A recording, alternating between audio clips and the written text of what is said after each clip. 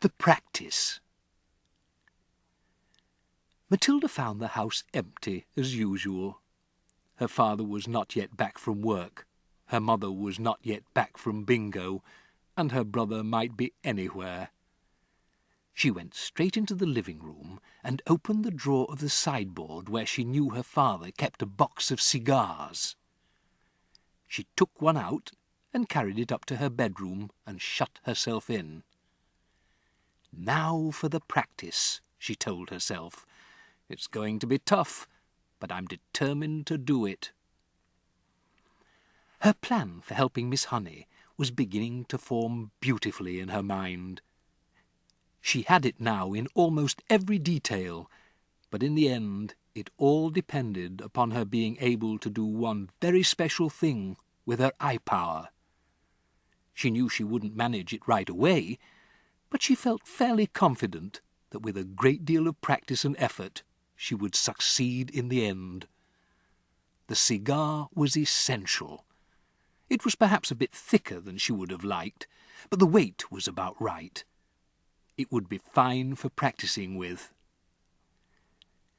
There was a small dressing table in Matilda's bedroom with a hairbrush and comb on it and 2 library books.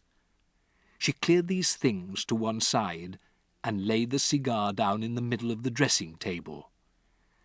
Then she walked away and sat on the end of the bed. She was now about 10 feet from the cigar. She settled herself and began to concentrate, and very quickly this time she felt the electricity beginning to flow inside her head, gathering itself behind the eyes, and the eyes became hot, and millions of tiny invisible hands began pushing out like sparks towards the cigar. "Move," she whispered, and to her intense surprise, almost at once, the cigar, with its little red and gold paper band around its middle, rolled away across the top of the dressing table and fell onto the carpet.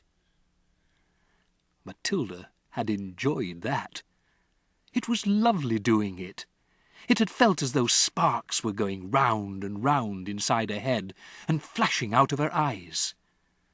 It had given her a sense of power that was almost ethereal. And how quick it had been this time! How simple! She crossed the bedroom and picked up the cigar and put it back on the table.